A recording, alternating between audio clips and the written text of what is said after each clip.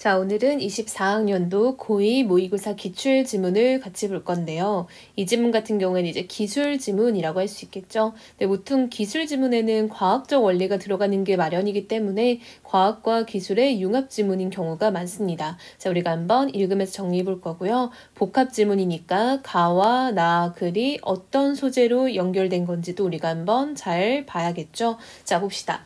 촉각을 통해 가상환경의 물체와 사용자를 연결하는 기계장치를 햅틱장치라고 하며 여러분 이런 것들을 햅틱장치라고 한다라고 정의 나왔어요. 이 장치는 햅틱장치는 이렇게 읽어줘야겠죠?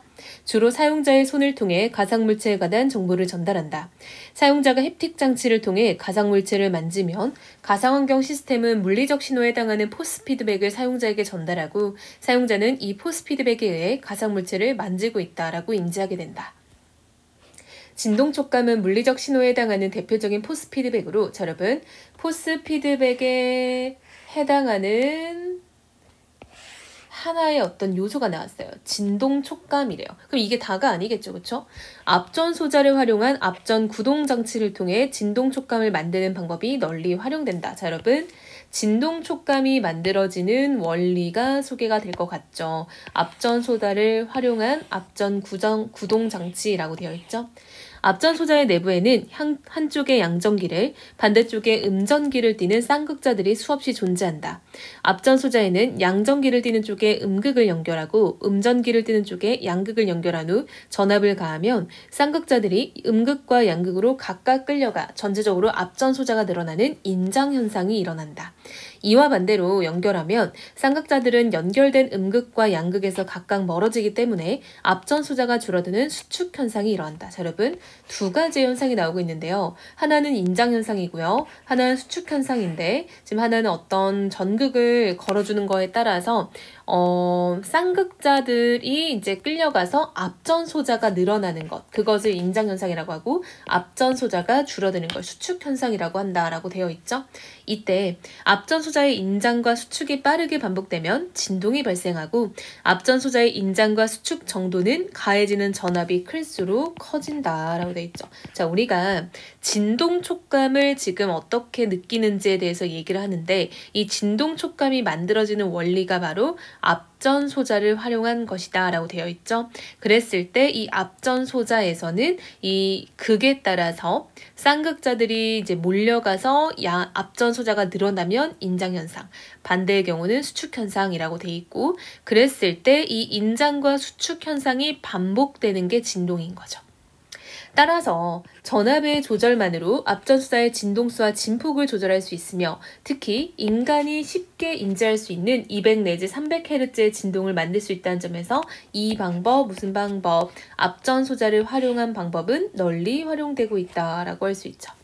한편 이야기 전환되네요. 햅틱 장치로 물체 표면의 거칠기에 대한 포스 피드백을 전달하면 사용자는 자신이 만지는 가상 물체의 종류를 파악할 수 있는데 자, 여러분 두 번째 포스 피드백의 종류가 나왔는데요. 이번에는 거칠기예요. 우리 약간 진동이었죠? 거칠기에 대한 포스 피드백은 스키즈 필름을 활용하여 만들 수 있다. 자, 여러분 이번에는요. 스키즈 필름이라는 걸 활용을 한대요. 아까 우리 진동 촉감은 앞전 소자를 활용한 거였죠. 초음파 진동수로 진동하는 물체의 표면에 손가락을 가까이 가져가면 진동 표면과 손가락 사이의 공기압이 주변 공기압보다 높아져서 접촉면 사이에 압축된 얇은 공기층이 형성되어 진동 표면의 마찰 계수가 감소하여 마찰력이 작아진다. 이때 진동 표면과 손가락 사이에 형성된 공기층을 스키즈 필름에 작용하는 공기 유체임을 스키즈 힘이라고 한다. 진동 표면과 손가락 사이의 거리를 h라고 할 때 스키즈 필름은 진동 표면의 진동 진폭이 1 마이크로미터 이상이고 손가락 접촉면의 반지름이 h보다 클 때 형성된다. 자, 여러분 보면요. 지금 이제 우리는 스키즈 필름을 활용해서 어떻게 거칠기를 전달하는지를 보고 있는데요. 일단 물체 표면에 손가락을 가까이 가져가면의 단계부터 시작을 하고 있어요. 그쵸? 자, 그럼 이 진동 표면과 손가락 사이의 공기압이 주변의 공기압보다 높아지는 일이 생겨요. 그랬을 때 얇은 공기층이 형성이 되는데요. 이게 형성되면은 마찰 계수가 감소하고요. 마찰력이 작아진다라고 되어 있죠. 이랬을 때 이 공기층, 얇은 공기층을 스키즈 필름이라고 부르고 이곳에 작용하는 유체 힘이 스키즈 힘이다 라고 돼 있었어요. 자, 그랬을 때 진동 표면과 손가락 사이의 거리를 h. 자, 여러분 이게 바로 뭐예요? 자, 위에서 말했던 손가락을 가까이 가져가면 그때 그 h겠죠? 스키즈 필름은 진동 표면의 진동 진폭이 1 마이크로미터 이상일 때 그리고 반지름이 h보다 클 때 형성이 된대요. 이건 조건이네요, 여러분. 스키즈 필름이 형성되는 조건이 지금 나왔어요. 또한 나열이죠. 진동 진폭이나 손가락 접촉면의 반지름을 h로 나눈 값이 클수록 스키즈 힘이 커진다라고 말할 수 있대요. 즉 진동 진폭이나 반지름을 h로 나누는 거야. 스키즈 힘이 클수록 마찰 계수는 작대요. 반비례죠.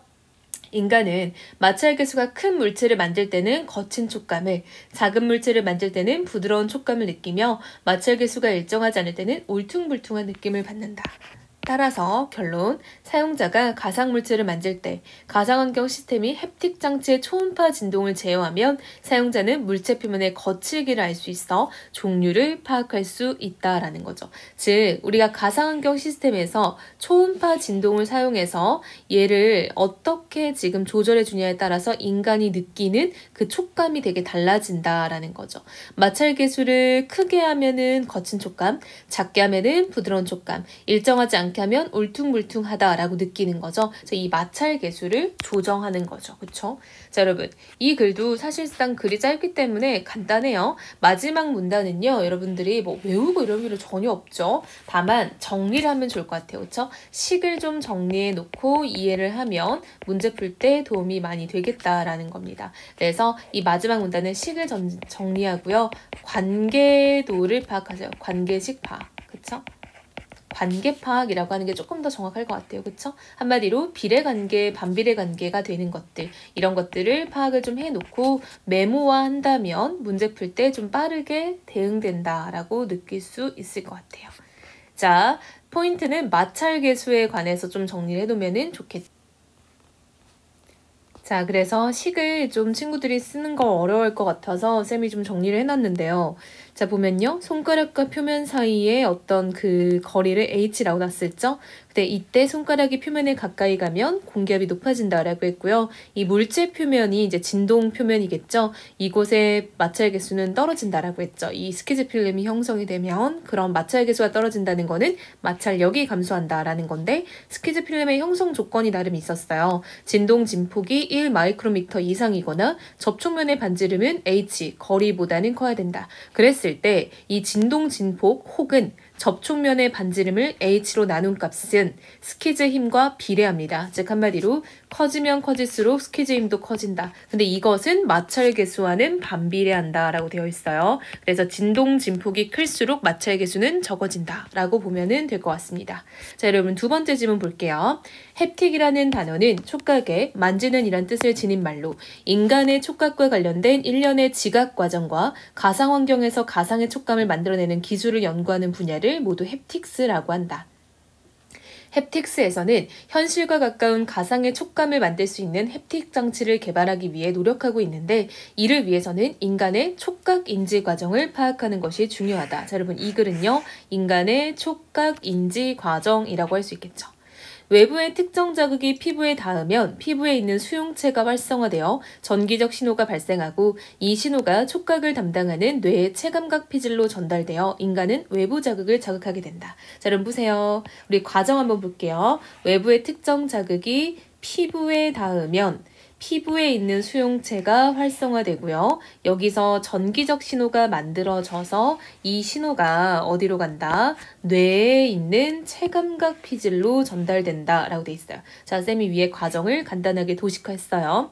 이때 수용체에서 발생하는 전기적 신호는 자극이 강해질수록 커지며 체감각 피질에서 넓은 영역을 차지하는 신체의 피부일수록 자극에 민감하게 반응하는데 인간의 손은 체감각 피질의 영역이 다른 신체 부위보다 넓기 때문에 손에 가해지는 자극에 민감하게 반응할 수 있다.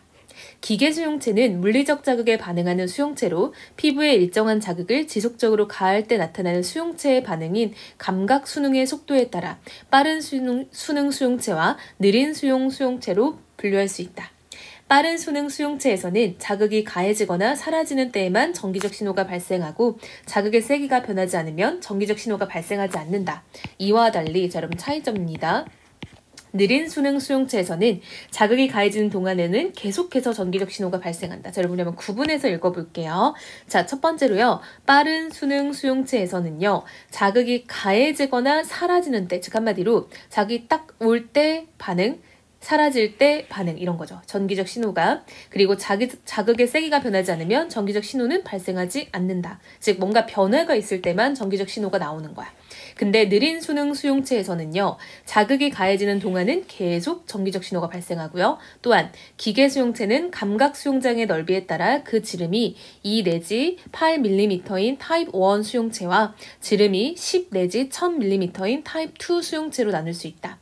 감각 수용장이란 자, 여러분 우리가 모르니까 정의해줘야겠죠? 수용체가 자극을 받아들일 수 있는 영역으로 수용체의 지름이 클수록 하나의 수용체가 담당하는 영역은 넓어지지만 지각의 정확도는 떨어진다. 즉 여러분 지름이 크면 정확도는 떨어져요. 타입 1 수용체가 많을수록 약한 자극에도 민감하게 반응할 수 있다. 그쵸 여러분? 왜요? 지름이 작으니까 정확도가 높아지겠다라는 거죠. 그쵸? 다른 기계 수용체와 달리 타입 1 수용체는 손가락 끝에 집중돼 있고 손목에서 팔 방향으로 올라갈수록 점진적으로 수가 줄어든다. 자, 여러분 이 말인 즉슨 우리 추론적 읽기 한번 해볼까요? 타입 1 수용체가 손가락 끝에 있고 위로 갈수록 숫자가 줄어든다라는 거는 손가락 끝이 가장 예민하게 반응한다는 거겠죠. 즉 약한 자극에도 반응한다라는 거죠. 그 말인즉슨 예민하다라는 거 알 수 있겠죠. 피부 전체에서 타입 1 수용체는 타입 2 수용체보다 그 수가 많다. 전반적으로 우리 몸에는, 그러니까 피부 전체에는 타입 1 수용체가 많아서 민감하게 자극을 받아들이는 것이 많네요. 한편 전환, 우리가 손으로 물체를 만질 때 피부는 물리적으로 자극을 받기 때문에 물체와 접촉하는 모든 종류의 기계 수용체가 반응하지만 자극의 종류에 따라 결정적 역할을 하는 기계 수용체의 종류가 달라진다. 예를 들어 예시요. 손으로 물체를 서서히 문지르는 경우는 물체 형태에 따라 거칠기가 달라지고 이는 손에 미세한 압력 변화를 일으켜 기계 수용체에 활성한 정도의 영향을 주기 때문에 인간은 물체의 종류를 파악할 수 있는데 이때에는 느린 수능 타입 1 수용체가 높은 민감도를 갖는데요. 자, 여러분 지금 보면요. 서서히 문지를 때라고 나와 있어요. 그쵸? 자, 서서히 문지르는 경우에는 느린 수능 타입 1 수용체가 높은 민감도, 즉 여기에 알맞게 반응한다는 거겠죠. 또한 나열입니다. 기계 수용체에 따라 민감하게 반응하는 주파수 영역도 다른데요.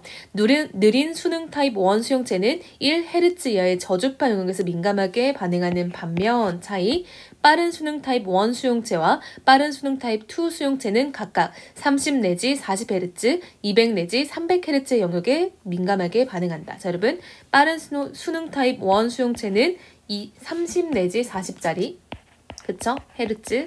그리고 빠른 수능 타입 2 수용체는 200 내지 300Hz일 때 민감하게 반응한대요.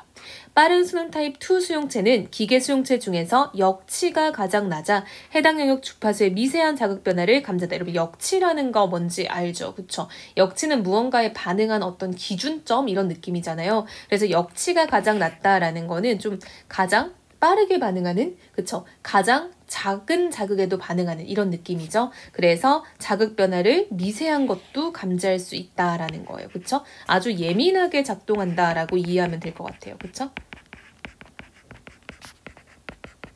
이 역치라는 개념은 정말 많이 나오니까 그쵸? 근데 여기선 역치의 정의를 정확히 안 알려줬죠. 왜냐하면 보통 통과 시간에 우리 친구들이 배우겠죠 아마. 그래서 고등부 수준에서 약간 과학 시간에 배우는 상식 정도는 굳이 이제 정의를 안 주기도 하고요. 여기 보면은 역치가 낮아서 미세한 자극 변화가 가능하다라는 거는 역치가 높으면 반대다. 그래서 이 정도 관계를 파악하라는 거예요. 그래서 우리 친구들이 역치의 정의를 모르더라도 충분히 관계 파악을 할 수 있게끔 준 거죠.